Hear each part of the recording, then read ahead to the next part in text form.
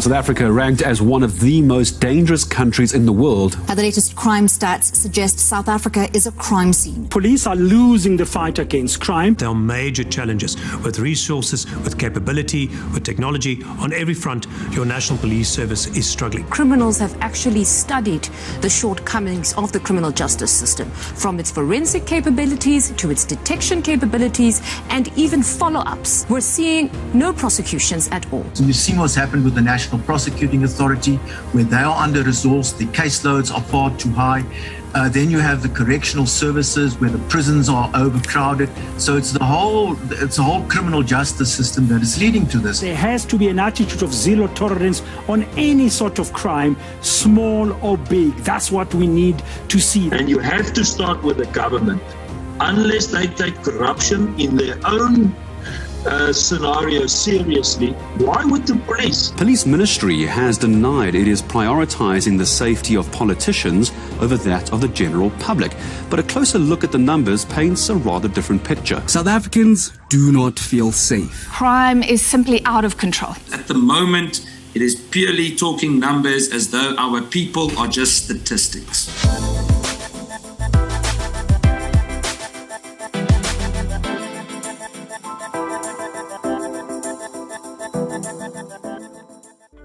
Good morning and welcome to Polycon. Crime, it's destroying our communities. It's bad and it's only getting worse. Clearly, the national government has no plan to lead us out of this mess. Citizens need urgent intervention, and that is why we are here today. The DA is offering a plan to rescue South Africa from crime, corruption, and lawlessness. It is a grim picture we face, but the DA has solutions. My name is Nazli Sharif, and this is Polycon. Today, we are unpacking the DA's newly released crime prevention and criminal justice policy. Please join the conversation online using the hashtag RescueSA. Like and share this broadcast and tell us what you think in the comment section. I am joined in studio by DA Head of Policy Matt Cuthbert, DA Shadow Minister of Police Andrew Whitfield, DA Shadow Minister of Justice Glynnis Breytenbach, and our Western Cape Provincial Minister of Community Safety and Police Oversight, Reagen Allen. Welcome. Today, for every 10 minutes in this country, a woman is sexually assaulted. And these are not just numbers, this is real people's lives. How does it make you feel? Reagen? Deeply angry. It makes one deeply angry knowing that the solutions is on the table. And correctly, you have stated it's not just numbers, it's people. And when we consider sexual assault, rape being one of the most underreported crimes, one leaves communities feeling the tension, feeling the anger. So definitely extremely angry and frustrated. Yeah, it leaves me feeling deeply concerned that people don't have freedom of their person and security in this country, that you constantly live in fear. You never know when you're going to be raped, murdered, or be a victim of any other kind of crime. And I don't think that that's the kind of society we envisioned. So I really think that we need to address it. Yeah, Andrew? Yeah, I would say that as a father to a child and a husband to a wife, there is not a single day that goes by that I don't think about violent crime. Sexual assault is out of control. We have a police service that is out of touch with what needs to be done. And at the end of the day, I come from a province, the Eastern Cape, where you are more likely to be raped in the Eastern Cape than any other province at the moment, according to the latest crime statistics. And so I think the sad reality of violent crime and sexual assault is that it is the one thing that all South Africans have in common, is a daily, pervasive fear that they will be the next crime statistic. Yeah, Glynnis? Yeah, it absolutely fills me with rage, and rage born of an inability to, at the moment, do anything about it. The solutions are so obvious. The solutions are so implementable, and nobody wants to listen, and nobody wants to do anything about it. And not a day goes by when I don't hear from somebody that I know that's been the victim of a crime. Yep. Both here in the Western Cape and in Gauteng where I live. Mm-hmm. And you know, the soft targets particularly, it absolutely fills me with rage. And the police are simply powerless for a variety of reasons to do anything about it. And as long as the government keeps on stealing the money and wasting the resources and not spending the taxpayers' money on what it should be spent on, this problem won't go away. So, the sooner that we can implement our solutions, the better. Yeah. Matt, national government has failed us. They've cut budgets. They can't implement anything. And as the DA, we have had to step up to keep people safe. Can you take us through the key objectives of the DA's criminal justice policy? Sure.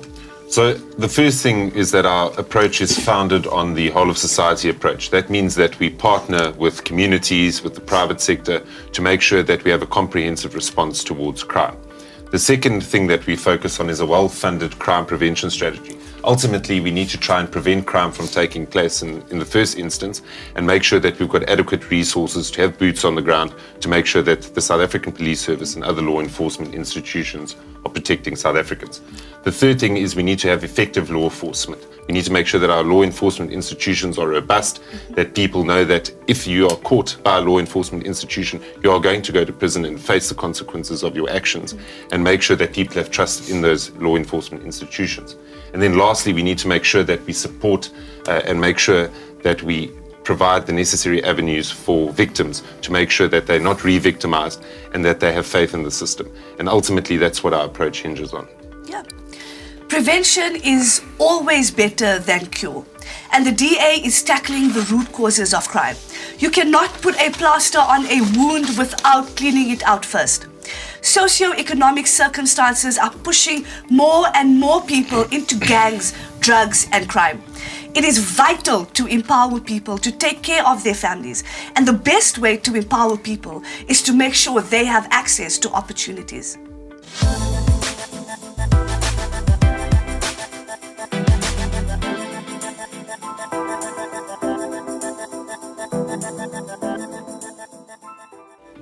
Andrew, the policy speaks about how we intend to stop crime even before it happens.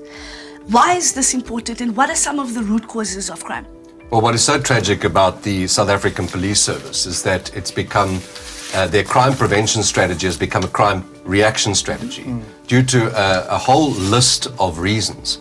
But fundamentally, what we need to look at is the complex causes of crime, and we have to acknowledge that they are complex. And it's not just the police that is required to deal with these causes of crime. We need a whole of society and whole of government approach to deal with unemployment, pervasive poverty that is cutting through our families, destroying the social fabric of South Africa, and leaving millions of young South Africans at risk of criminal opportunities, staring into their futures, feeling hopeless because they cannot see an opportunity ladder out of poverty into prosperity. And that's the fundamental, for me, fundamental anchor in all of our policies is how do we build an opportunity ladder out of poverty and into prosperity that gives young people and all South Africans hope of a better future. That is fundamental. In the Eastern Cape, we've got mothers that are killing children and then killing themselves because they can't feed each other. The cost of living is a major driver of people who would ordinarily be law-abiding citizens into crime.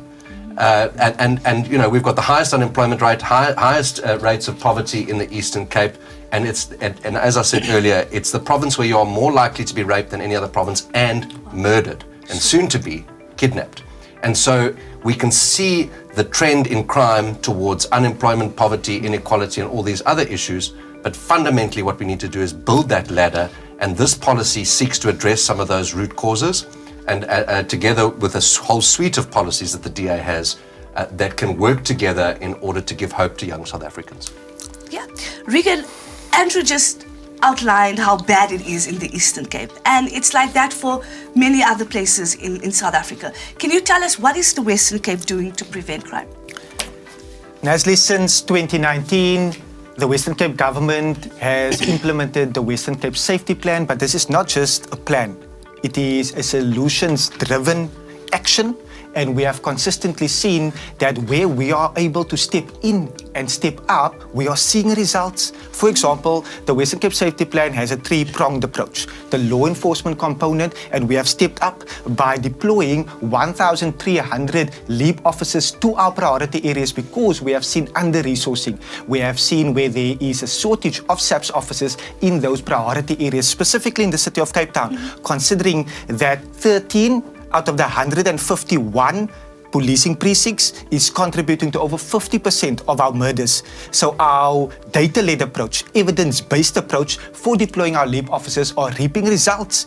Murder is increasing across our country. Here in the Western Cape, it's stabilizing, but in our LEAP areas, we are actually seeing reductions, but also urban design, but also the violence prevention, which Andrew spoke about, which is a key component, and we are fully aware the work that social development is doing to address the demand for drugs. And on the other hand, the law enforcement component to make sure that the amount of known drug houses are shut here in the Western Cape. The work that Cultural Affairs and Sport is doing to ensure that young people have an opportunity, there is mass opportunities, so that we can do talent identification. From the work that finance is doing, the Premier of the Western Cape, Alan Winde, is very clear that a job, an employment opportunity within a household can change the entire trajectory of that particular family. So it is a whole of government approach. Each and every department in the Western Cape government ultimately has a role to play and a contribution to make in terms of the Western Cape Safety Plan. And this plan is reaping results. We are seeing it in the last quarter. The only province that saw a reduction in the contact crime category. The contact crime category is ultimately murder, attempted murder, assault, common assault, GBH. The only province that saw a reduction in contact crime. But we know we have a long way to go, and these solutions we are discussing today will all contribute to making sure that we are actually being able to see implementation of better policies, but we are making great strides here in the Western Cape. Nazli, can I just add to what Reagen said? I think this is a really important point to underscore. We are so incredibly proud of the work that the Western Cape government does. I can tell you that there is not another provincial government in this country that fills the vacuum that they are empowered to fill, even with the limitations which there are, and I'm sure we're going to address devolution later. But within the existing legislative framework, provincial governments controlled by the ANC are abdicating their responsibility through their departments of community safety to play a meaningful role. And that is absolutely unacceptable. And I think that we really do look at the Western Cape as a model for what provincial governments should be doing by integrating all spheres of government, but also the whole of society approach. So thanks to Reagen and his team. It's really impressive. Also, Nazli, the Western Cape is the only province that has seen a decline in gender-based violence in the country. Everywhere else it's on an upward trajectory, and in the Western Cape it's not a huge difference, but it's in the right direction. It's going down. Only province to see that. So it's that's hugely important, this approach. I couldn't agree with you more. Glynnis, let's stay with you. Reoffenders are part of the problem, as some people would say. Is the correctional system helping to prevent crime? Well, no, it's not. The correctional system is dysfunctional in the extreme. Needs to be re-looked at, redesigned, and completely resurrected in a different form. South Africa has the highest recidivism rate in the world. We have the highest rate of many things in the world, none of them good. The function of correctional services essentially is the rehabilitation of convicted offenders. So you're supposed to come out of prison a better person than when you went in. What happens in our prisons is that it's the University of Crime.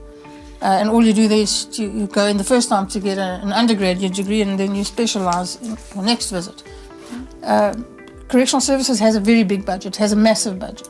They spend the smallest portion of their budget on rehabilitation programs. Their key function is the least funded program in Correctional Services. So no, they're not doing anything to prevent crime. And in fact, they fuel recidivism by their inability to function in any form. And we have suggested ways to the Minister to address that issue. He has chosen not to follow our advice. Yeah. Reagen, we spoke a lot about the whole of society approach, the whole of government approach. But what does it actually mean when it comes to crime prevention? Because sometimes the big words sound nice, but what does it actually mean? Thank you so much, because I just want to latch on to what Glynnis also just said now. We have seen that when offenders are paroled and sent back into various communities, we are actually seeing an increase in crime in that particular communities. And often in practical terms, that when a known gangster is released, he goes back into an area like Manenberg, like in Nova Park, there's often in that particular first week a murder, which ultimately then leads to 7 or 8 additional murders because of retaliation. And when I looked at the parliamentary reply in 2022, where 28,000 parolees, the Department of Correctional Services were unable to locate. 28,000 in our country, and 21,000 was here in the Western Cape. Wow. So we are fully aware that the role that each and every department plays, every cog that needs to be filled in the criminal justice system. And as such, the whole of government and the whole of society approach speaks to it. Knowing that as a province, we fund, capacitate, we resource over 17,500 neighborhood watch members that share information. There's visibility, there are the eyes and ears, and it is about society taking up their role as well. Andrew was quite correct in saying earlier, is that when communities plow back and also become active, we are seeing changes. So the whole of society is working with our CPFs, knowing that CPFs are needing to work with communities. We have seen that trust in the South African Police Service is at an all-time low, and CPFs play a vital role in that regard. But also the work we do with NGOs, the work we do across society with sporting clubs, where our cultural affairs and sport MEC plays a vital role to ensure that funding is allocated so that young people get opportunities. So it is the whole of government, whole of society, and our tagline is that community safety is everyone's responsibility, but we will not shy away from the full understanding that SAPS has a very clear mandate to prevent, to combat, and to investigate crime. And we are holding them accountable in that regard, knowing that our oversight needs to lead to better service delivery. So we want to give no one a free pass in the Western Cape government. We all want to step in, but also no one can get a free pass at national level. Correctional services, SAPS, all need to ultimately plow back.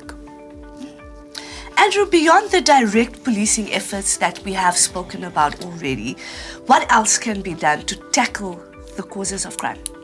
So I think we need to fix our education system. I think that there's a lot that happens at schools that shouldn't be happening. And the experience that children have between their family and their school, I think, is a fundamental contributor to crime as an opportunity for young people who are at risk because they don't have a proper structure to grow up in. So we need to fix our schools and fix our families. We need to make sure that we address the cost of living crisis. The TA is constantly making tangible proposals, real solutions on the table to address what we believe to be the root causes of crime. And, you know, unfortunately, government pays lip service to those if we're lucky. Fundamentally, though, I really believe, and this is maybe a high-level intervention that is on the table for 2024, is that we're not going to get the criminals off the street until we get the crooks out of cabinet. And I know that this may not be one of your root causes you want to touch on, but it is the fuel that continues to allow the fire to burn across our country, where criminals feel that there are no consequences, as Matt touched on. There have to be consequences. We've got to be tough on criminals. We've got to be proactive and solutions focused on the causes of crime. But it's got to start at the top. The crooks in cabinet are the problem. And until they are out, we're not going to get those criminals off the street. Yeah, I couldn't agree more. And Matt, let me bring you in here. The national government has cut billions of rands to policing.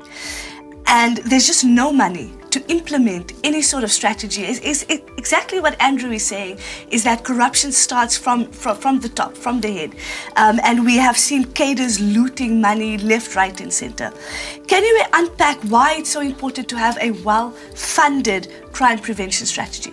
Sure. So maybe to start off on Andrew's comments, I think the the key irony here is the fact that you've got this VIP protection unit that looks after very senior ministers in the cabinet and other officials, whilst we have communities that are left on their own to face against violent crime and the like. And ultimately, that just shows you this government's priorities. Instead of focusing on getting more boots on the ground, making sure that we're able to prevent crime, they're focused on lining their own nests. And I think ultimately that is a big challenge in itself. Maybe a more anecdotal example. If you look at sectoral policing vehicles that we have at our local police stations, and I know in my constituency, for example, in one area they have about 8 sectors. They have one vehicle to patrol that entire 8 sectors within that area. How are people supposed to pick up the phone to the South African Police Service and say, I'm in trouble, please come and help me out, when they don't even have a vehicle to be able to get there to go and investigate or to try and prevent that crime from taking place?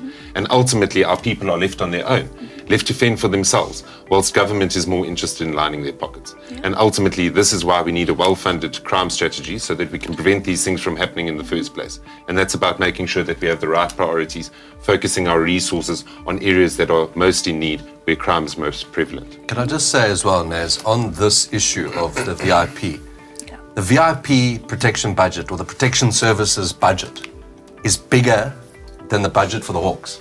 Crazy. So the Hawks are designated to deal with priority crimes, organized criminal syndicates, construction mafia, kidnapping syndicates, you name it.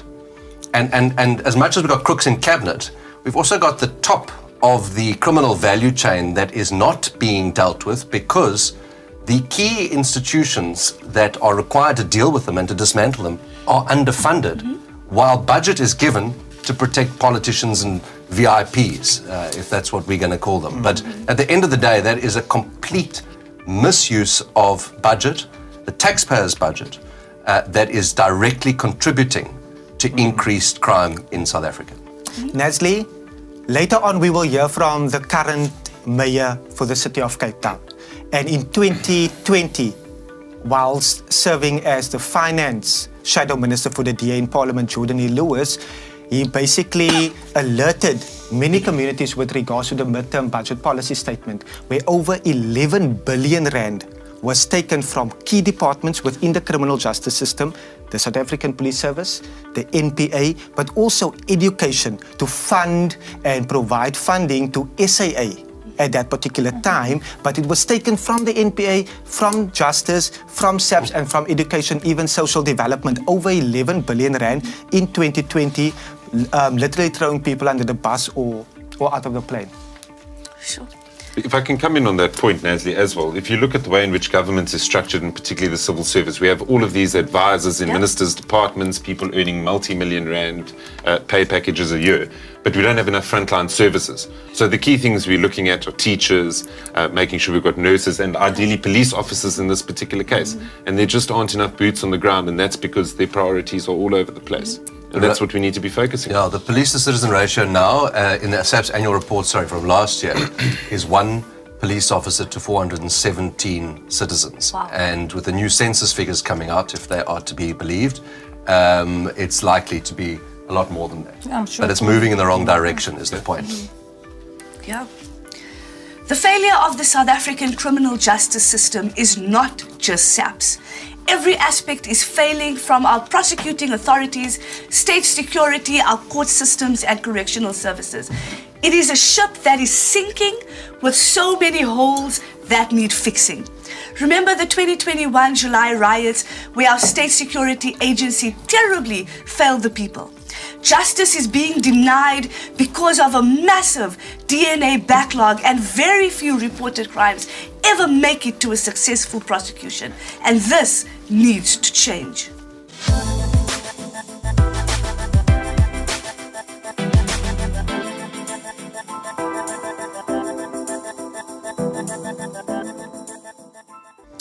Glynnis, as we said, SAPS is not the only problem. What about the State Security Agency, the National Prosecuting Authority, the DNA testing, correctional service? All of it feels like a sinking ship. Well, the reason it feels like a sinking ship, Naz, is because it is. And sinking, quite quickly. We spoke about budget issues just right now. None of these departments can afford to be under-resourced. neither financially nor with regards to human resources. Unfortunately, human resources require a salary. They need to get paid. Yep. And if you don't offer a competitive salary, you're not going to get people applying for jobs. The police want to start up a cyber forensic unit of their own, so they advertised in that field. They got no applications, simply because the salaries are not competitive. The National Prosecuting Authority want to make the Investigative Directorate a permanent feature in the NPA. Well, good luck to them. A, it's not going to solve the problem, and we can talk about that. But B, they have no resources. They have no human resources. Their lack of specialized human resources will remain with them, because despite the government telling citizens that they're serious about corruption and serious about fighting crime, they never put their money where their mouth is. In fact, they take the money and spend it on SAA. So the National Prosecuting Authority's budget was cut quite considerably. And that means that they're unable to have sufficient prosecutors. They're unable to have sufficient specialist additional resources. So the NPA has no cyber forensic capability. They have no accounting forensic capability. The police also don't have those capabilities, so they have to be outsourced. When you outsource, the cost goes up exponentially, and the problem just gets bigger and bigger. So the prosecutions get less, the successful prosecutions get less. Prosecutors are not investigators. They rely on the docket the police bring to them. The police are under-resourced and underfunded horribly. And so the quality of the docket they bring also gets worse and worse, which means the prosecutors have to work harder and harder on getting the docket fixed. And that just ends up being fewer successful prosecutions. So state security agency, if you want to talk about intelligence, we all saw what happened in the July riots, and there was no intelligence. But the police crime intelligence has been completely hollowed out on purpose. We all know what happened with, Jacob Zuma, Richard Mdluli, and the other lovely fellows. There's nothing left of crime intelligence in the police. Military intelligence, South Africa has a very, very depleted intelligence capability. So that remains a problem. And then, the product of the police and the NPA becomes the problem of correctional services, and correctional services was just the cash cow for the ANC government. The whole Bosasa debacle was just in order to generate huge amounts, massive amounts of budget to go back into, the pockets of the chosen few. Yep. Correctional services, the day Bosasa's contract was stopped eventually after years of fighting. Suddenly, prisons could cook their own food. Suddenly, they could produce their own produce. Suddenly, they could do all of those things that Bosasa was paid billions to do. And overnight, they stepped into the breach and sorted it out themselves. Those billions it was just made up candy floss nonsense in order to steal money to fund the greedy mouth of the ANC. That's it. Sure. And so the criminal justice system is in a sad state, the entire criminal justice system, and that includes the police, NPA, correctional services, and all the intelligence that's supposed to underpin that and support them. And one of the reasons why the crime rate continues to rise and rise and rise is because there's no crime intelligence. Yeah. There's nothing proactive about what anybody is doing. And we'll never, ever get a grip on crime if we can't be proactive. And a reactive crime-fighting strategy is absolutely doomed to failure. The strategy that we, however, offer is a very proactive one. So we've introduced private members' bills for the Anti-Corruption Commission, for a cybersecurity bill, which will exponentially enhance our cybersecurity capacity, and a witness protection bill, which we'll talk about a little later. Yeah. Matt, Glynnis gave us the facts. This is what our criminal justice system looks like. And it's bleak, but it's the reality. How will the DA rescue failing law enforcement institutions? Well, I think it's twofold. I think the first thing is we need to enhance the capabilities of our existing law enforcement institutions such as SAPS. And you can do this through evidence-based policing. the increased use of technology, as Reagen alluded to earlier. And we've started doing this in the city of Cape Town, where we're trialing out body cams, because ultimately you've got a more effective SAPS that's able to use these technologies, leverage them to make sure that we can prevent crime from taking place in the first instance. The second thing is also, once again, about resources. How do we use the information that we gather to better target our resources at areas that have higher crime rates? And what are the special interventions that are needed in order to bring those places under control? The third thing, and I think this is something that Glynnis also alluded to earlier, is how do we collaborate with the private sector? Knowledge sharing, information sharing, and ultimately when we look at the July 2021 unrest, if it wasn't for the private sector and if it wasn't for communities standing up for themselves, the entire province of KZN and the other province, Gauteng, would have been overrun. Yeah. So ultimately we need to try and share that kind of knowledge, build on institutional capacity that's there, and see how we can then incorporate it into the South African Police Service and other law enforcement institutions. Lastly, and I think we'll hear a little bit more detail on this, there are just some law enforcement institutions that need to be done away with. Yep. One being the Hawks, which we know has failed to prosecute the Zondo Commission crimes that were committed, and we've seen absolutely no progress on that front, and there's a total lack of willingness for them to root out corruption on a national level. We also look at things like the State Security Agency, which has been a captured political tool over a number of years and doesn't actually serve our purposes as a country. So these are the kinds of things that we need to look at. One, enhancing capacity, some that just totally need to be done away with, and we need to have new, improved law enforcement institutions that actually serve their purpose. Yeah. Andrew, the policy speaks about increasing the number of specialized units. Now, we know in South Africa there are pockets of communities that have gangsterism problems, that have drug problems, that have, rural safety issues. What exactly does a specialized unit mean? It sounds nice, but what does it mean? Yeah, Naz, before I get to that, Matt raised a point around public-private partnerships effectively, right? So talking about the whole of society approach, how can government partner with the private sector? And I think that the fact that there isn't really a relationship between government and the private sector speaks to the lack of trust. Yeah. But it may be interesting for everyone to know that in the SAPS annual report for the last financial year, they registered not a single public-private partnership agreement at all. Wow. The Deputy Minister said, no, well, we have every intention. Well, intentions are not good enough. People want action. They want implementable plans. They want partnerships that are going to help to address the shortcomings and acknowledgement from government that it can't do everything. And I think that when it comes to specialized units, if there were more public-private partnerships, you may not need as many specialized units. I don't think you should be rolling out specialized units as a cure for absolutely every problem, but there are specialized crimes that are complex and require highly skilled police officers and investigators who understand how to dismantle those networks. And so that is what we talk about when it comes to specialized units. It's specialized skills, specialized police officers who are equipped to deal with one specific focus area and to make sure that they address it head on. So with the anti-gang unit, for example, completely under-resourced, sadly. We know where gang violence is most prevalent, and I'll give you an example. Again, if I can take you back to my province in the Eastern Cape, in Nelson Mandela Bay, the northern areas of Nelson Mandela Bay, in the last 3 years, 88% of gang-related killings were in one area, okay? One area of about, 6 or 7 wards, okay? Now, Matt's talked about evidence-based policing. Now, before you even get to specialized units, the evidence is there, right? Yeah. There should be sufficient skills without the specialized unit, but nonetheless, there is a specialized unit. I think it's got 6 members.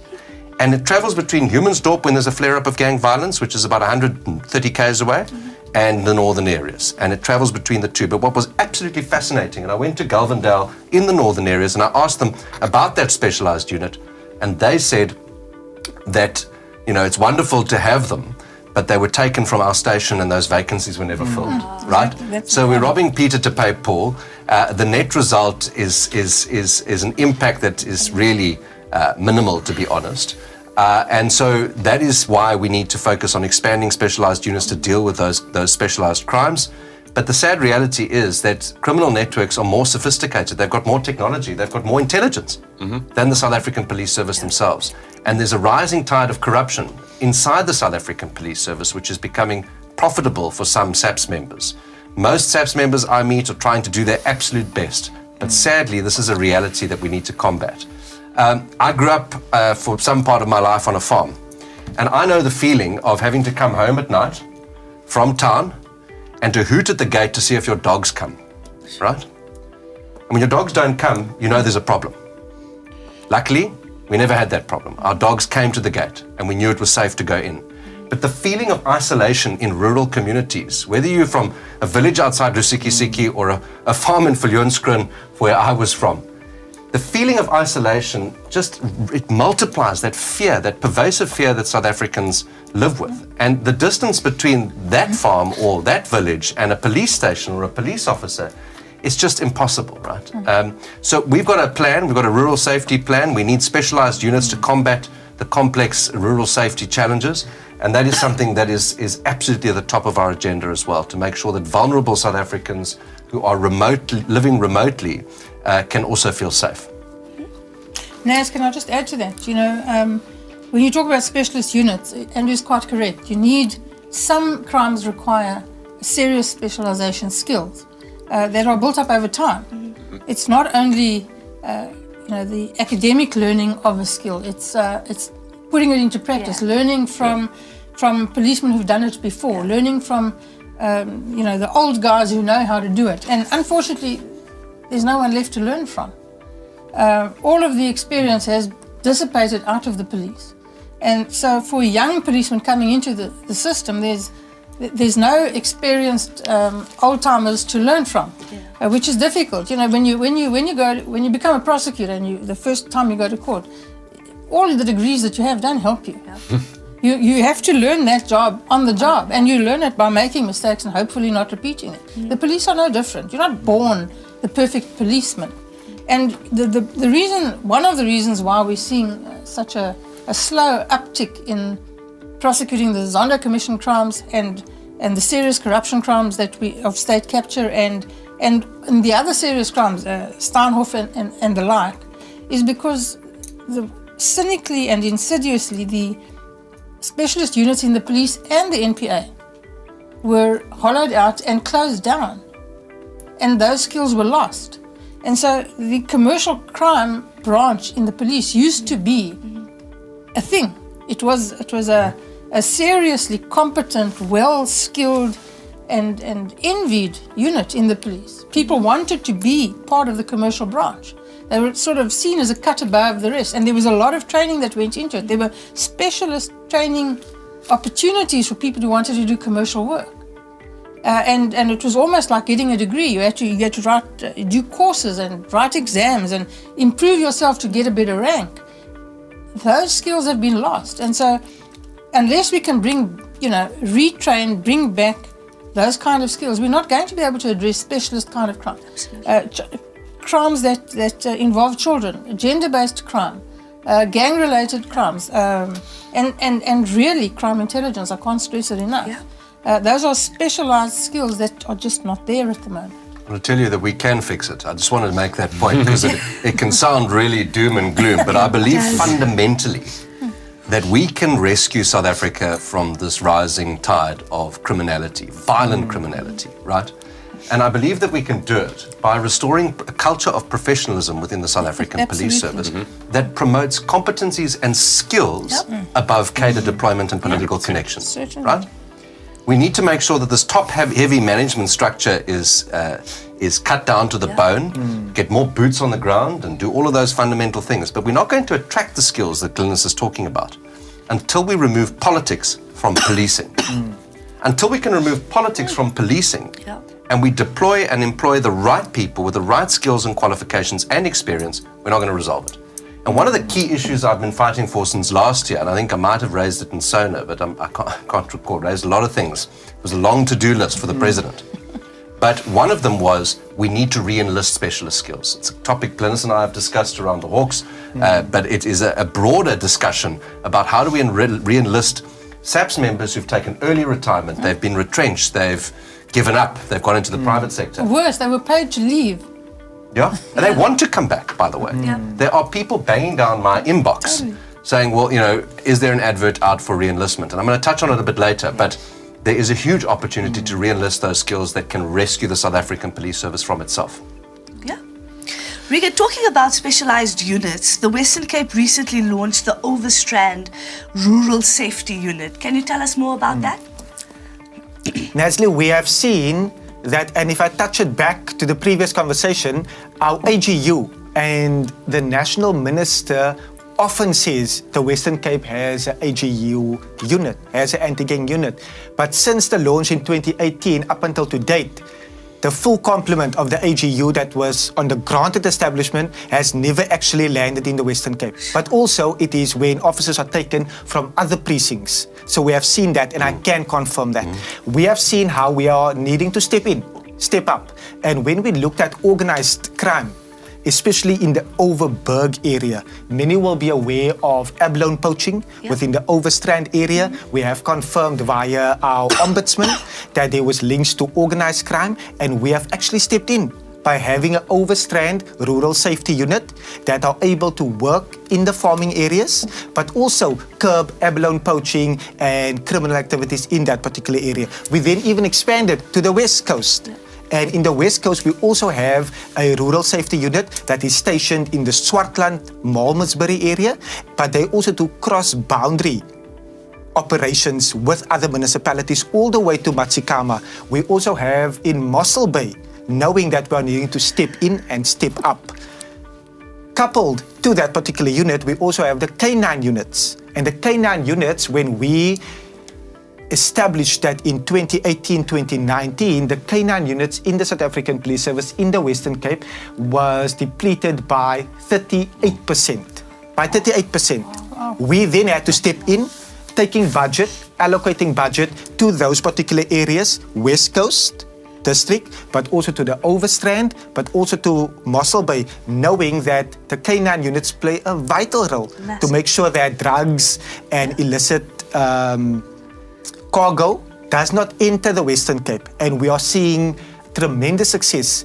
There was a one in Malmesbury most recently, and if it was not for the K9 unit, 47 firearms, including AK-47s, would have probably still been in our communities. And it was found because of a joint operation between the South African Police Service, the K9 unit and the Rural Safety Unit, and that integration that we have been calling for, because we have so many dedicated SAPS officers, hard-working SAPS officers. Sadly, they are left at a place where, because of the underfunding, the under-resourcing, they are becoming demoralized, and I sincerely feel for them, knowing that we are wanting to actually see an effective police service. You know, I can testify to the success of Reagen's department in tackling abalone poaching, because they're doing such a good job that they've moved into Nelson Mandela Bay in numbers. That's normally an indication when it shifts. That we've never ever seen before. And I can tell you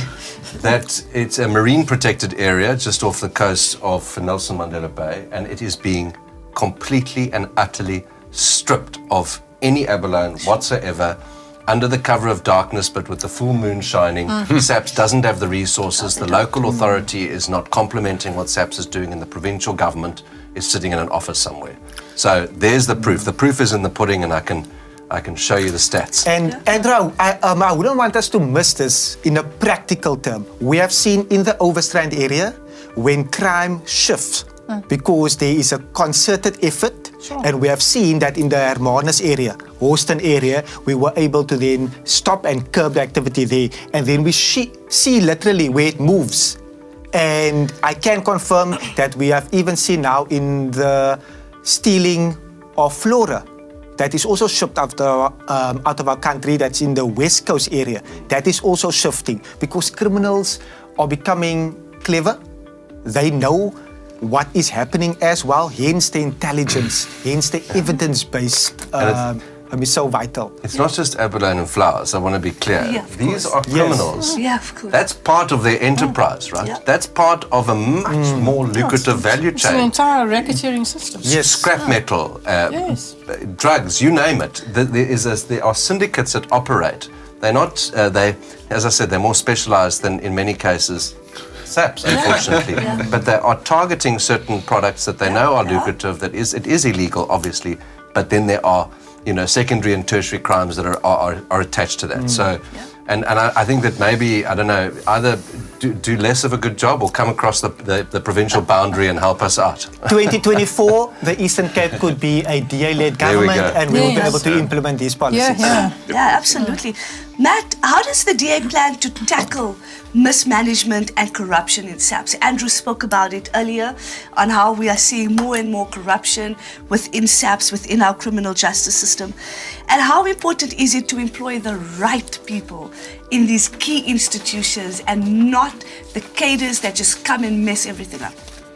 So I think the first step here is ending cadre deployment, and our colleague Leon Schreiber in Parliament has done much work to try and end cadre deployment through a private members bill. We've taken this to court in several instances, and we're actively fighting to get cadre deployment declared unconstitutional. And I think it just speaks to the hollowing out of state institutions across the board. And I think the key difference related to SAPS is the fact that it's fine to wait in a long Home Affairs queue, but when you've got somebody standing with a 9mm to your face and you need to get a hold of the South African Police Service, it becomes a different equation. And I think this is most harshly felt in our law enforcement institutions. I think in terms of it being merit-based, we mustn't consider political considerations or the fact that somebody is connected to somebody else and therefore they deserve to be in a senior management post within our law enforcement institutions. We must have competent career, not politicians, but rather policemen in these positions who have the necessary experience, capacity to be able to put in place effective crime prevention strategies. And I think Andrew mentioned a very important point earlier. It's about discipline. How often do you see many of our police officers on the streets that are not necessarily obeying their orders, they're not necessarily, intact in terms of their uniform and the way that they present themselves? And I think these are just some of the small things that make a much bigger difference down the line. And I think it's really important that we start focusing on turning around the state at large with a specific focus on SAPS. And lastly, I think another key intervention is strengthening IPIT to make sure that where acts of corruption take place by members of the South African Police Service, that people are held accountable and that the civilian population know that they've got a chance of taking on a police officer who has done something that's contrary to the law.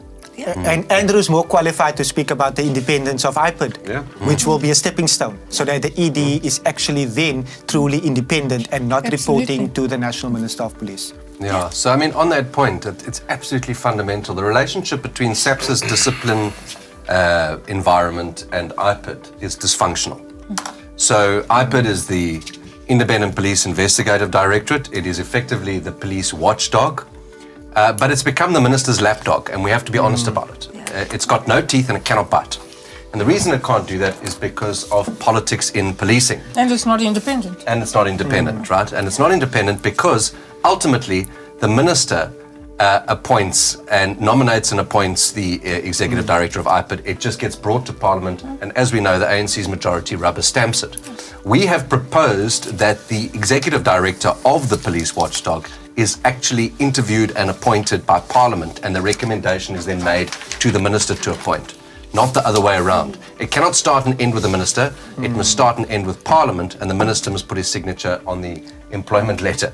And there must be a relationship between the ministry and IPID, but it cannot be a relationship where there are possibilities of cadre deployment, where the minister oversees SAPS and IPID, and where IPID makes recommendations.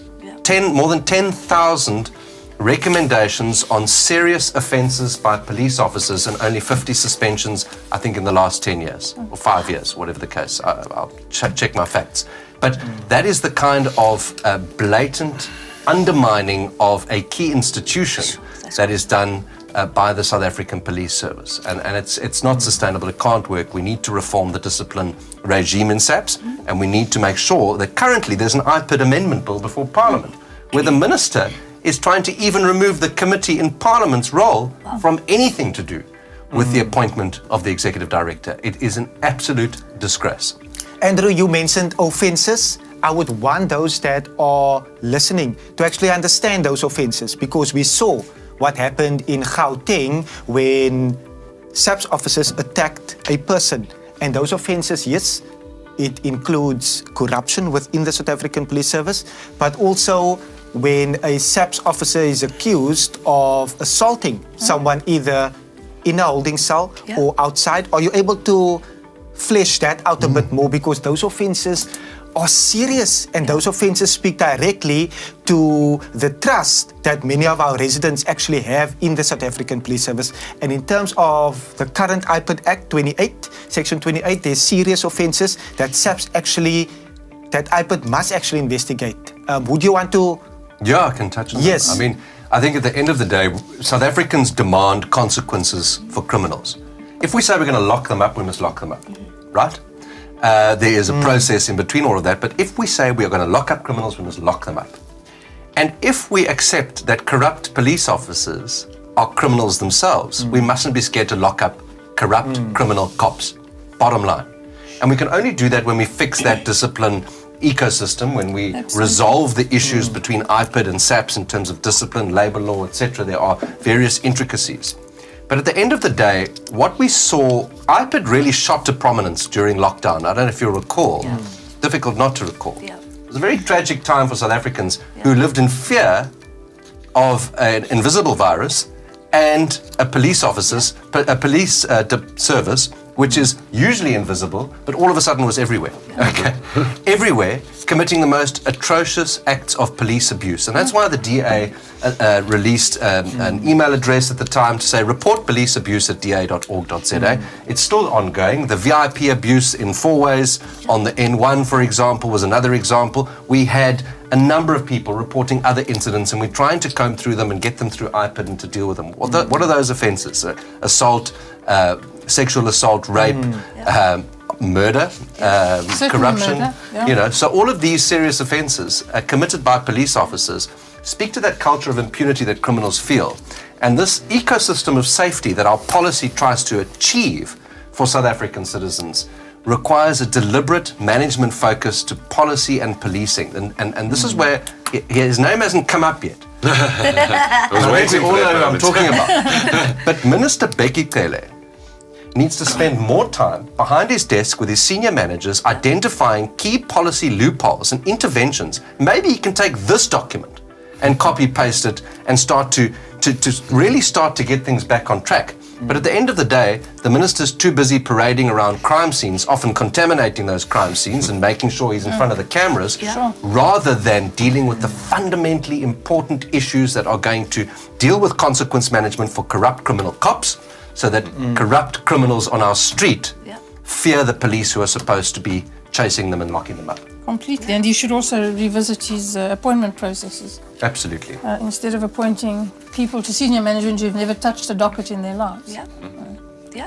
Glynnis, let's get into it. I've heard that the DA wants to bring the Scorpions back, something like a Scorpions 2.0. Can you tell us more about this? So it's not really the Scorpions 2.0, because the Scorpions were not perfect. As we all discovered to our horror, they were very easy to dismantle. The Scorpions went after, first of all, Jackie Celebi, and then after politicians in the Travelgate scandal. And so, as a result of their being too effective in fighting corruption, the ANC in government voted to dismantle them, despite a long and hard fight to save them. They were dismantled by a simple majority in Parliament, because they were housed within the NPA. So it was very easy to do.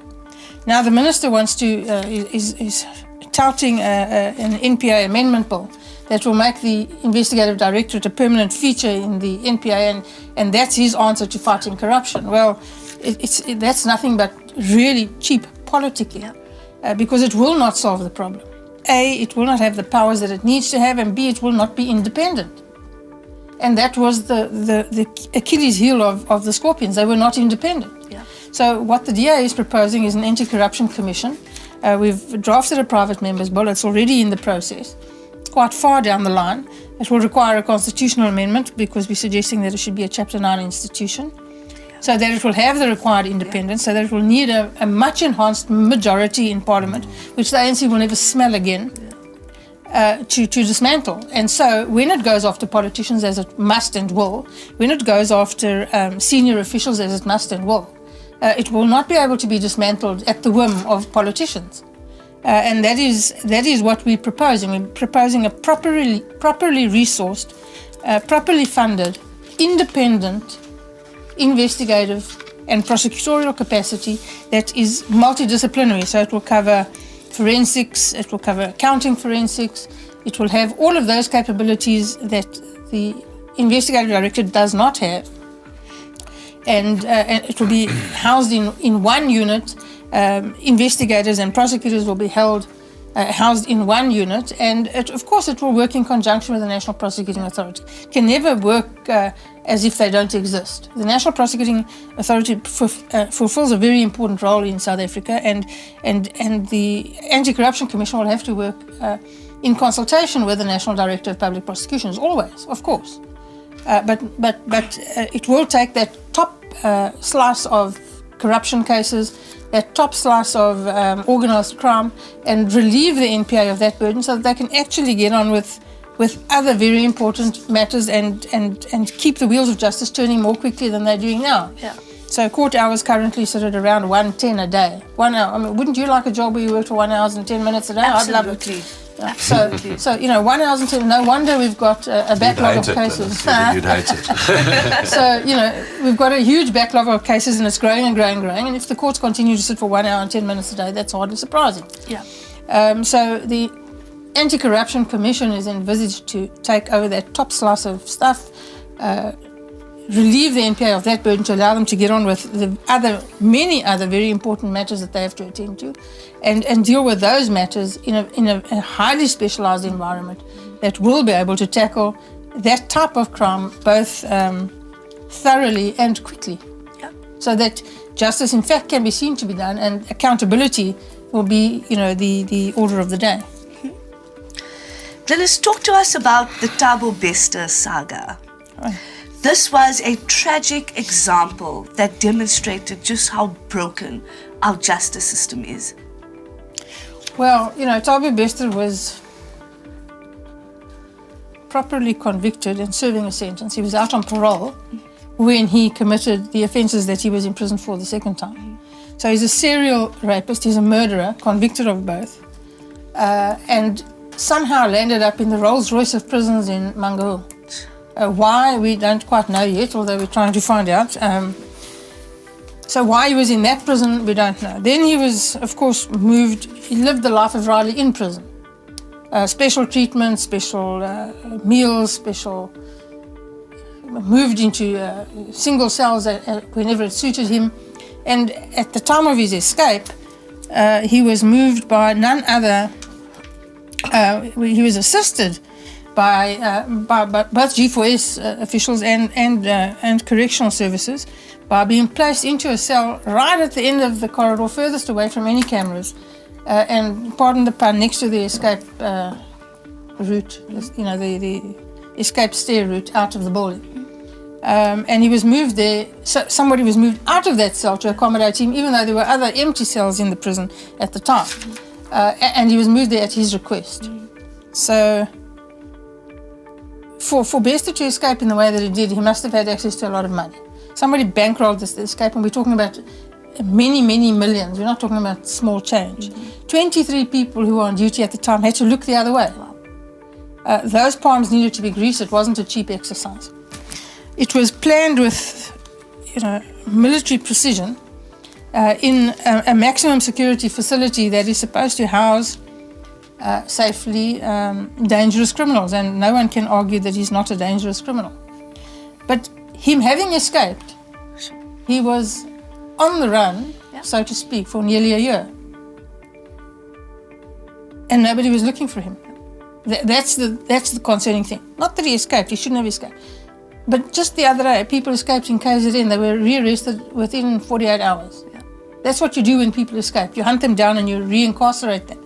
Not him. He was out for almost a year, living in Hyde Park, doing his shopping at Traps, living the life. And nobody was looking for him. Yeah.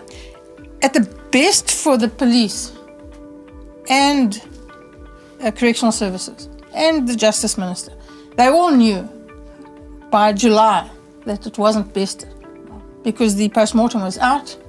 They knew that the body in the cell wasn't that of Bester. And still they did nothing for the rest of that year and the beginning of this year. They did absolutely nothing to track him down. But worst of all, they did nothing to warn or protect his victims. So those women who he had raped, didn't know that he was out of prison. And they did nothing to warn them or protect them. Can you imagine you're a victim of Thabo Bester and you're going to Traps to buy your apple, and there he is shopping at the delicatessen? I can't. No. And the best that the Minister of Justice could do was shrug his shoulders literally and say, I'm sorry. And that was his contribution to that conversation. So, in my view, they should all resign. I agree. And if they clearly don't have the backbone to resign, they should be fired. But of course they're not. Minister Tele's response was that he doesn't gamble on these things. So nothing happened, and so that's fine. Nothing happened.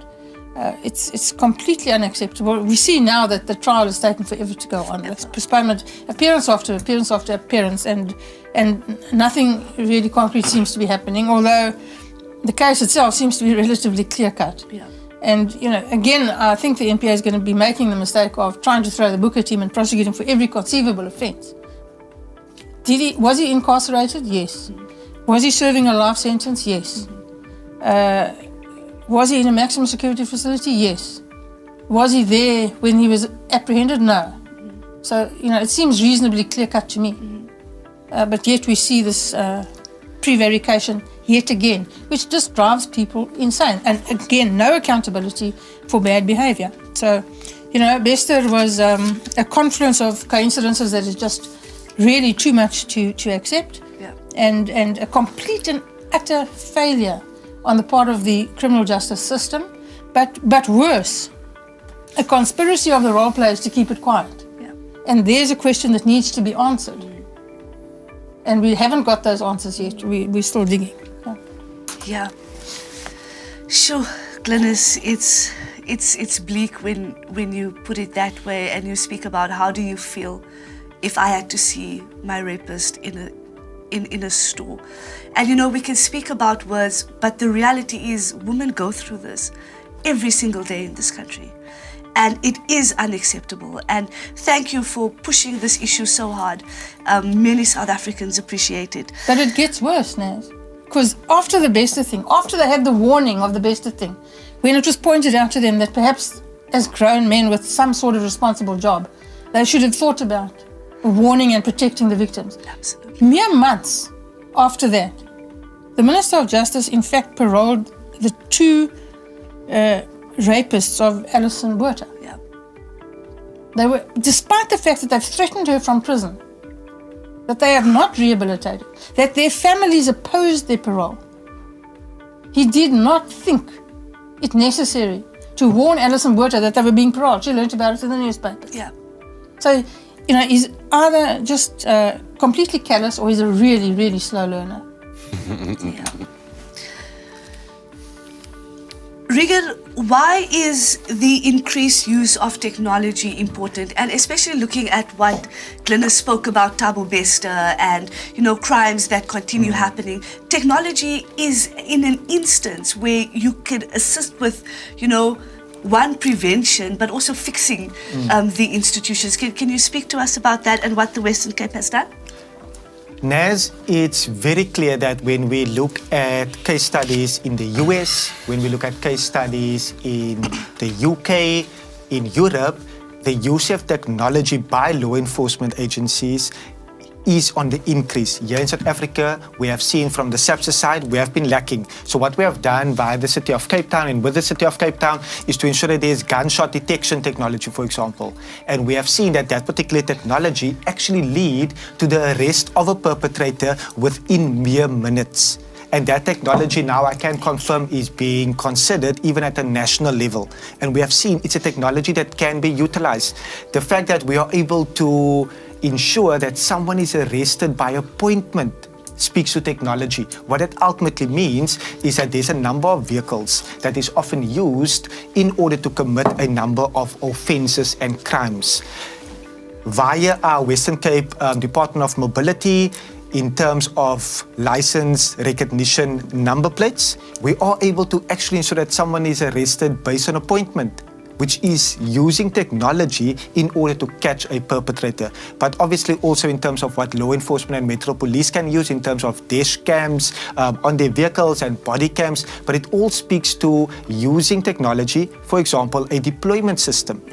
When we look at where a vehicle is at any specific time, so that that particular response can be quicker, but also proactive, what Andrew and Glynnis spoke about earlier on. And it actually makes sense that you are utilizing a resource that is limited, but to a better capability, and technology can be used in that particular aspect.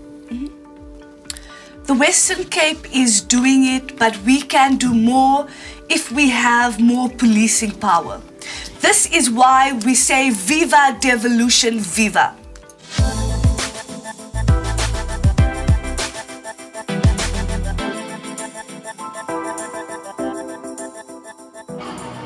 We're here at the brand new City of Cape Town Metro Police Joint Operations Centre in the Cape Town CBD. Today we launched the centre itself, and we also launched an unprecedented deployment of 100 brand new law enforcement officers in the CBD. The LEAP investments are massive. It's 1,200 officers now in 12 of the worst hotspots in the city. This deployment is focusing on the CBD, where so many hundreds of thousands of people come from across the city to work every day.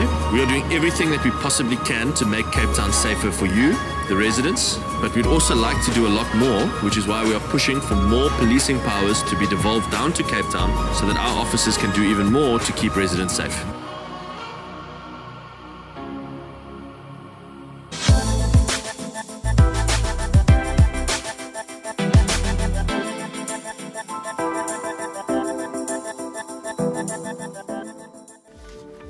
Matt, we just heard from Jordan Hill-Lewis, the mayor in Cape Town.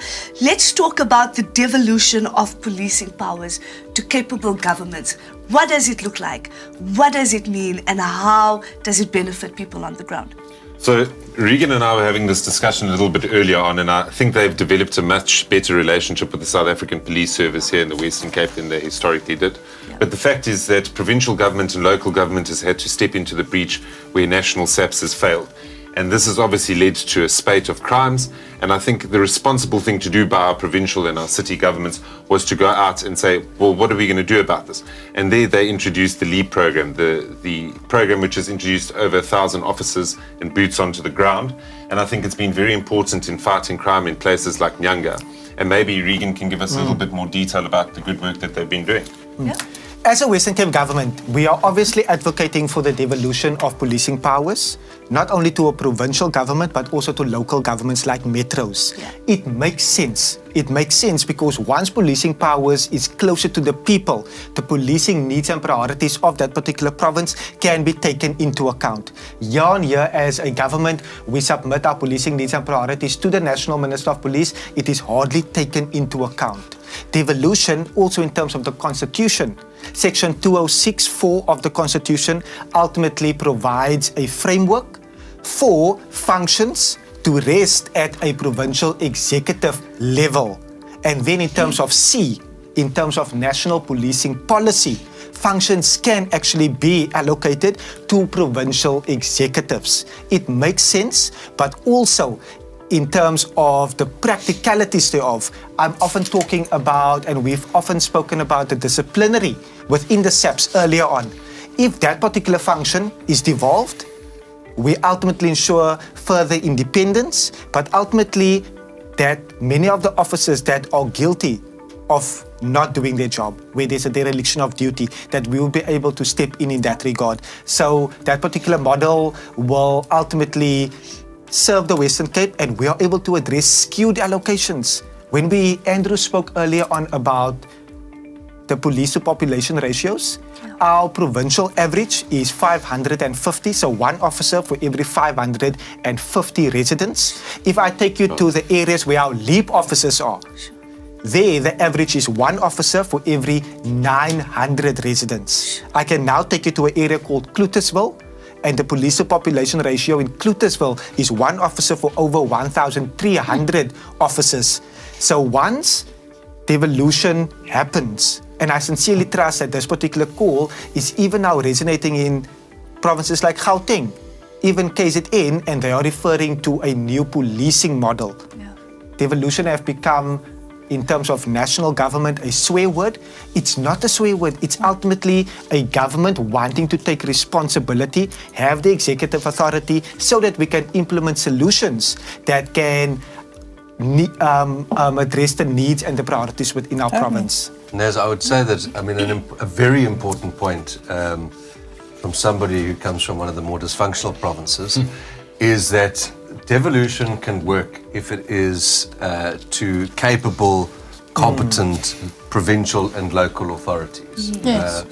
If you look at the Gauteng example, and I'm tremendously pleased that the concept seems to be taking root, and that's going to create a very healthy, competitive debate around the issue from both sides of the aisle in Parliament, ultimately.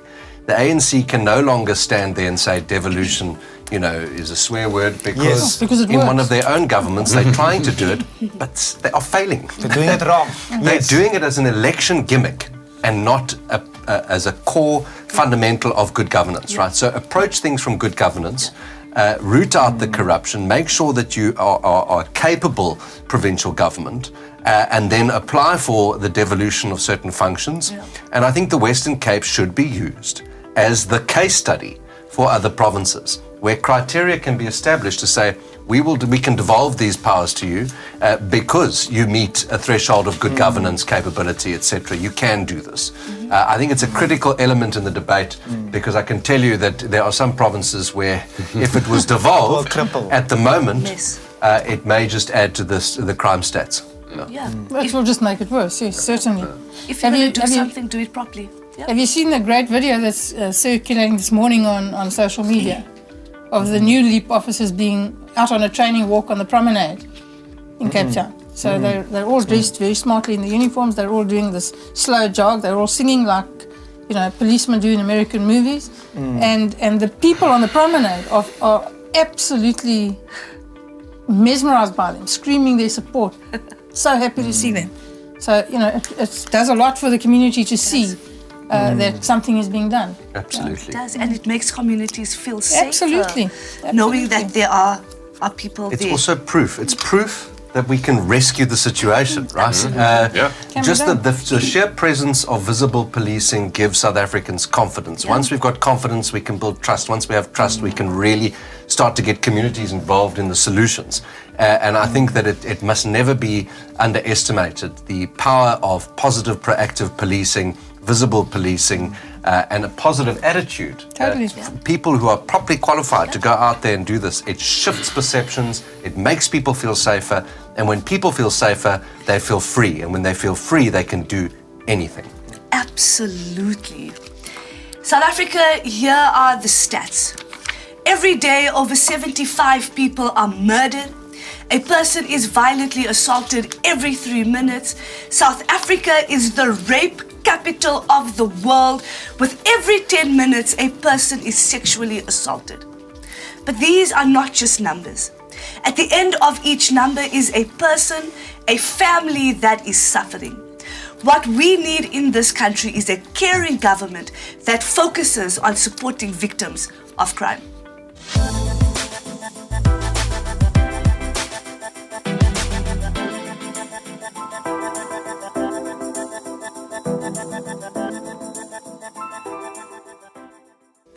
Matt, the policy highlights a more victim-centric criminal justice system.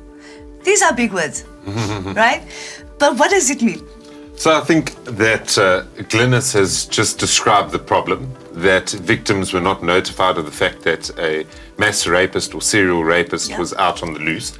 And I think that a victim-centric justice system is the opposite of that, making sure that you prioritize the victim, you don't allow for re-victimization, and you make sure that the victim's interests are in fact protected.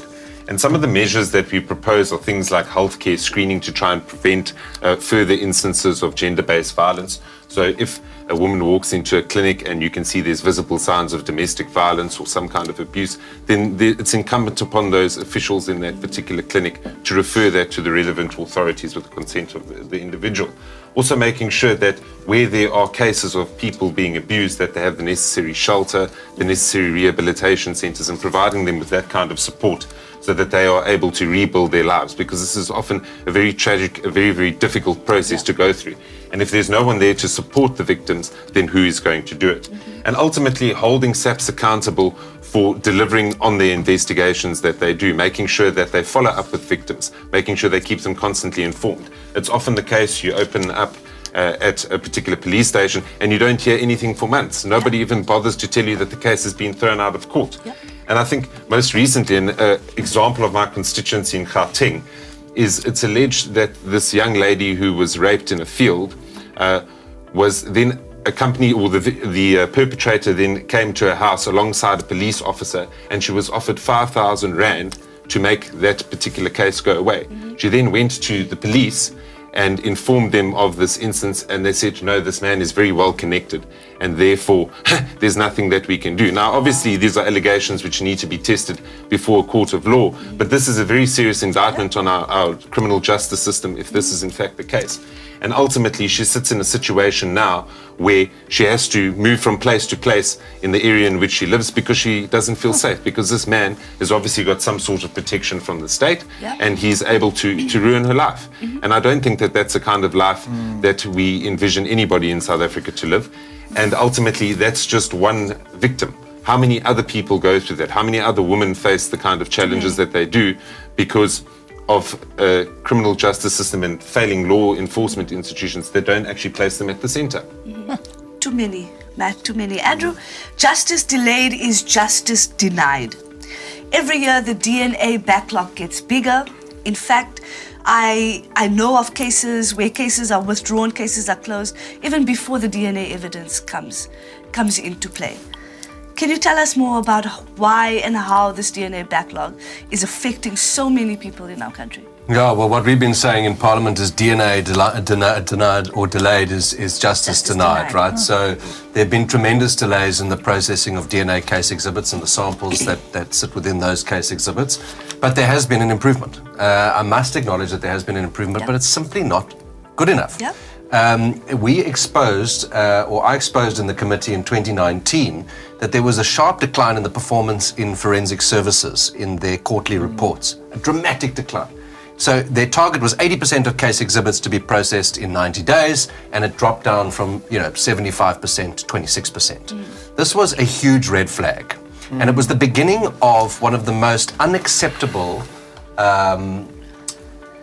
times in our criminal justice system since 1994, where we had this explosion of DNA case exhibits in the backlog of over 350,000 case exhibits. And I mean, there are millions of samples attached to that because there are a number of samples per case exhibit.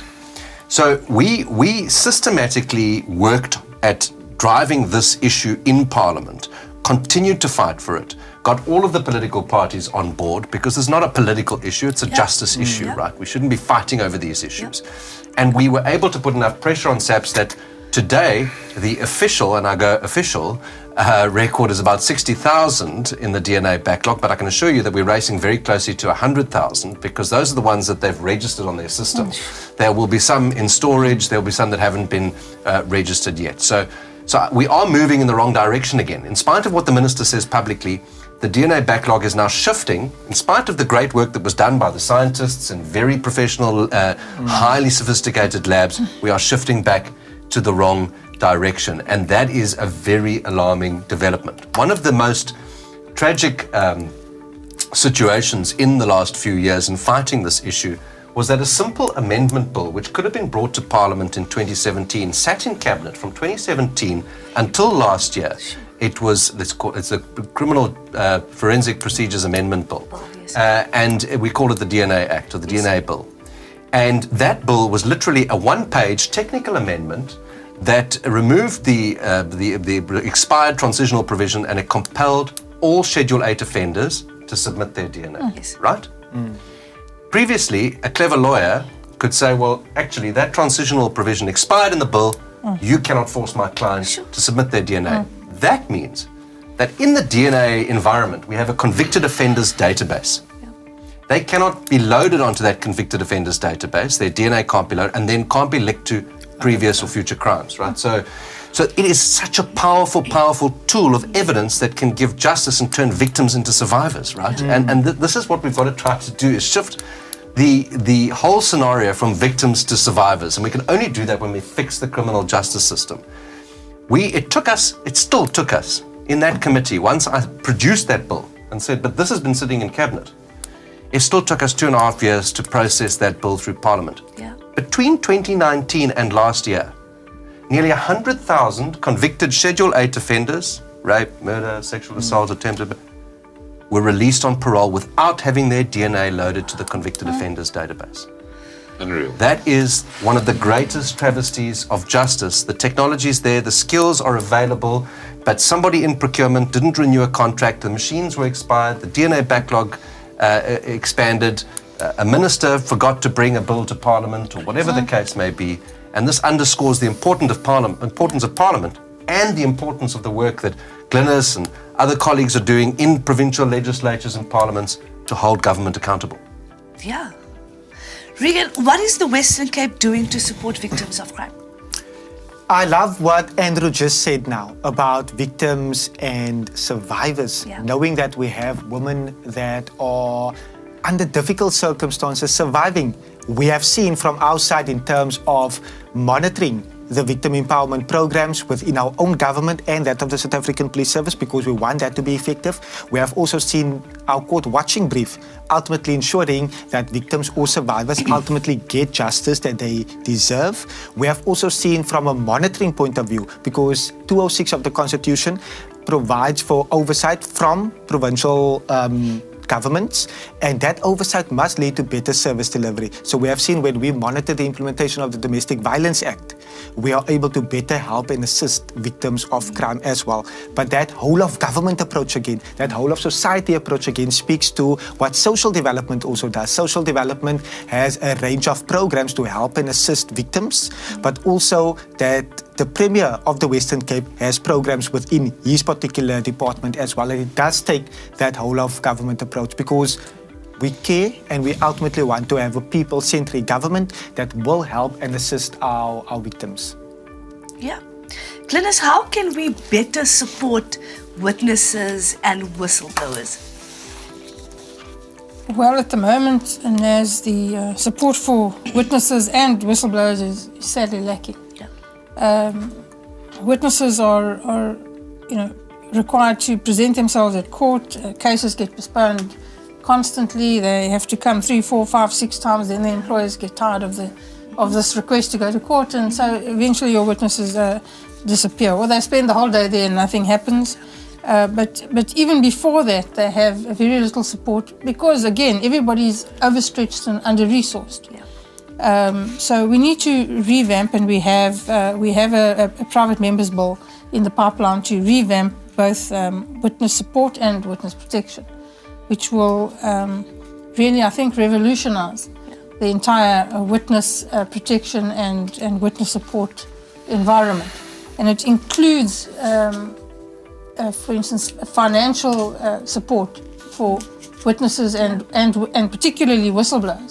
So when a whistleblower witnesses evidence leads to a conviction and money being recovered, a percentage of that money should then go to that witness or that whistleblower, including if the whistleblower is, for instance, a publication like Amabangani or Daily Maverick or one of those investigative journalistic institutions who really always run on a shoestring budget and are perennially underfunded but do often great work.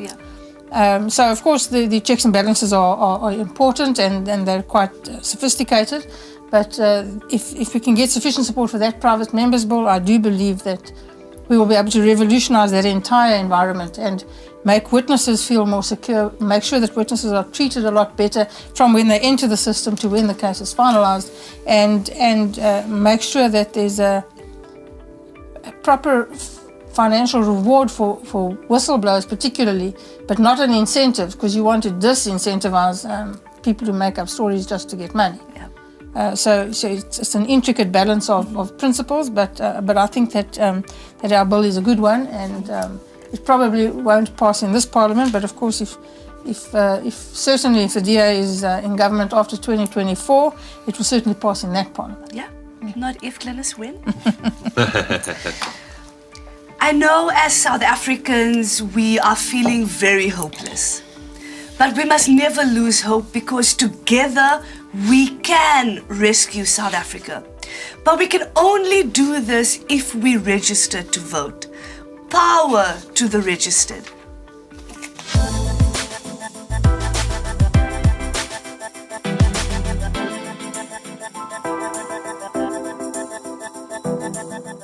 In this election, only the registered have the power.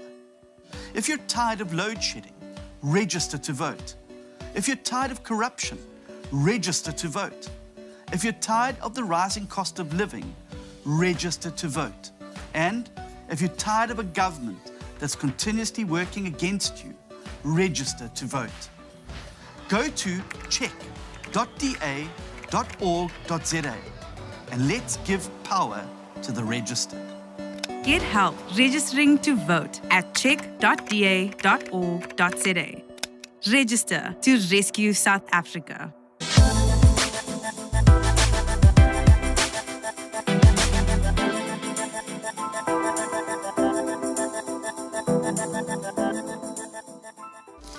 That is the message from DA leader John Steenhuisen. Where to from here? How do South Africans get behind the DA's solution? Glynnis? Well, Naz, the first thing to do, of course, is to register. And register as soon as you can. And then when the election day comes around, actually go and vote. It's absolutely no good being registered and you don't vote. And if you don't register, you can't vote. If you don't vote, you're going to get the government that you deserve. And all of these problems that we've been discussing this morning will just continue. So register and vote vote wisely. To wrap up, the DA solutions to some of the problems we've discussed, we have an anti-corruption commission bill in the pipeline, which will deal with serious corruption and organised crime. We have a cybersecurity bill that is already in the committee stage, which will address cybersecurity both in government and in the private sector, and bring South Africa into the 21st century as far as cybersecurity is concerned. And then the Witness Protection Bill, which will look after witness and whistleblower interests. But more than that, it will empower citizens to take back their streets, to take back their neighbourhoods, to take back their lives, to not accept this sorry state of affairs that we find ourselves in. So all I can say is register, vote, and then vote DA. Yeah. Andrew? Yeah, I said it earlier, Naz. I fundamentally believe that until we get the crooks out of cabinet, we're not going to be able to get the criminals off the street. Yep. And that is where South Africans play a role. Yep. That cannot be an individual political party that's going to go to the polls and vote. That's not enough votes. We need South Africans to understand that they have the power to rescue South Africa from crime, and that they have an exciting and unique opportunity in 2024 to rid South Africa of the criminal elements that sit in government and perpetuate the constant rise in crime. President Ramaphosa promised us in 2019 that he would halve violent crime. Well, let me tell you, he is doing exactly the opposite. And until we get rid of those crooks in cabinet, which is the responsibility of every registered South African to go to the polls and vote for the DA, because the DA has a plan to rescue South Africa, unfortunately the situation will continue.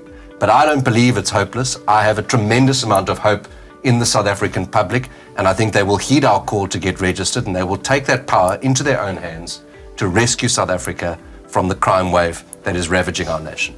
Yeah, Reagen? The Western Cape is implementing a plan that has solutions that is working. Between January and March, the only province that saw a 14.1% reduction in murder, a double-digit from April up until the end of June, a 5.5% reduction, ultimately amounting to 198 fewer people being murdered. The only province, 2 quarters consecutively seeing reductions. However, people need to vote. Any resident, any young person that is listening, to vote DA, to ultimately understand that we are wanting to be held accountable, we are wanting to hold SAPS accountable, working with SAPS, but it will take every community member to be active.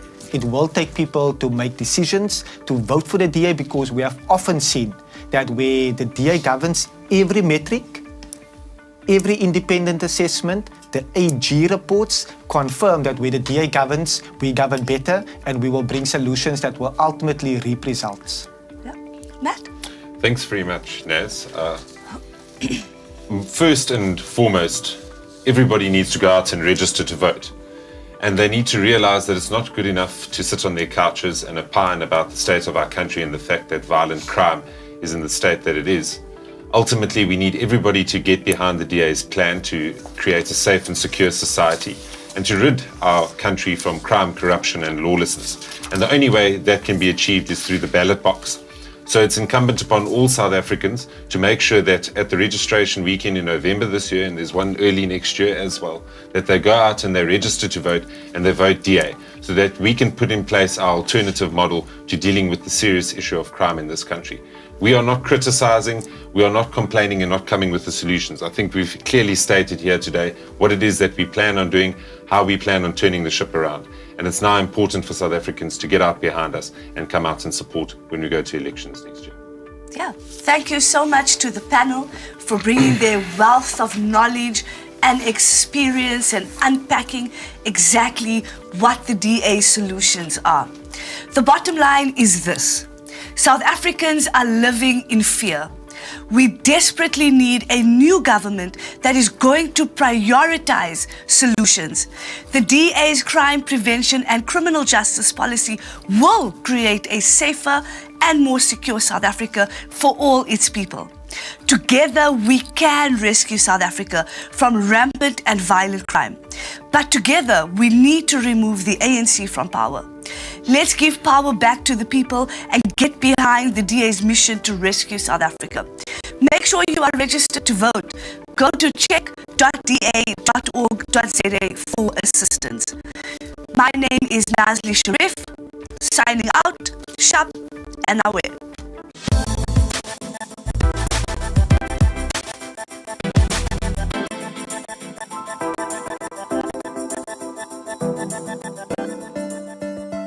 Get help registering to vote online. Visit check.da.org.za. All you need is your ID. Enter your personal details and submit. Check your cell phone for your unique link and click. If you need to register, you will be directed to the IEC's website. Select Register to vote now. Enter your personal details. Upload a photo of your green barcoded ID or your smart ID card by selecting Browse to find the photo. You will receive a message confirming your voter registration within 24 hours. Be part of the mission to rescue South Africa in election 2024. But if you are voting for the first time, or if you've moved since you last voted, you need to register correctly to vote in 2024. Remember, you can only vote at the voting station at which you are registered. Take up your power and skip the queue. Visit check.da.org.za and get help with your voter registration.